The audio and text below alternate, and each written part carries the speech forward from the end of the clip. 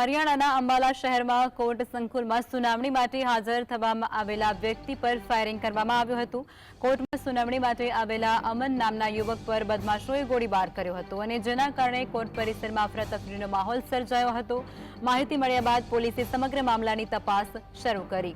ગોળીબાર કરનારા ગુનેગારો કાળી કારમાં આવ્યા હતા। આ સાથે જ 2 થી 3 રાઉન્ડ ગોળીઓ ચલાવી અને પછી તેઓ ઘટના સ્થળેથી ફરાર થયા હતા। ઘટના બાદ સીઆઈડી અને પોલીસની ટીમ ઘટના સ્થળે પહોંચી ગઈ હતી। આ સાથે જ ક્રાઇમ બ્રાન્ચની ટીમોને પણ ઘટના સ્થળે બોલાવવામાં આવી હતી। સમગ્ર મામલાની તપાસ કરવામાં આવી રહી છે। જો કે ગોળીબાર કરનારાઓની ઓળખ હજુ સુધી નથી કરવામાં આવી। પોલીસ અધિકારીઓના જણાવ્યા અનુસાર યુવક કોર્ટમાં હાજર થવા માટે પહોંચ્યો હતો અને આ યુવક અગાઉ કોઈ કેસમાં વોન્ટેડ હતો। યુવાન ગેટ પાસે પહોંચતાની સાથે જ તેના પર ગોળીબાર કરવામાં આવ્યો। ગોળીબાર કરનારા લોકોની ઓળખ માટે સીસીટીવીની મદદ લેવામાં આવી રહી છે।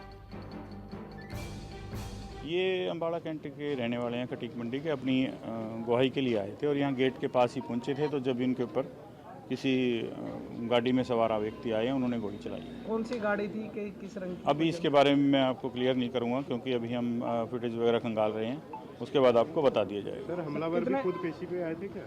नहीं, वो उनके बारे में अभी पता नहीं है। पेशी पे आए थे, इन्होंने ये बताया कि हम पेशी पे आए थे, उनके साथ हमारी पहले कोई झगड़ा चल रहा है। कितने